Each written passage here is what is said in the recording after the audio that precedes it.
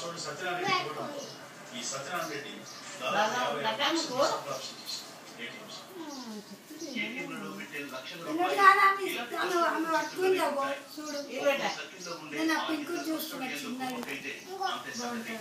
ఇటీవల రాజమండ్రి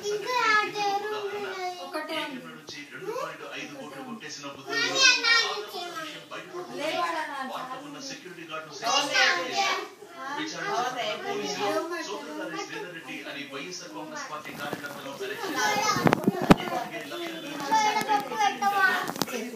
ఉన్నాయి.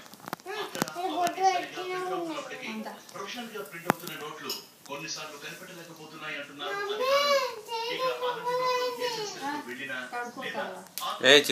ఉద్యోగులు కొమ్మక్కాయి పెట్టిన చివరకు నష్టపోయేది మాత్రం కస్టమర్. ఏటీఎంలలో డబ్బు పెట్టే వాటి బాధ్యత మాది కాదంటాయి బ్యాంకులు. ఇక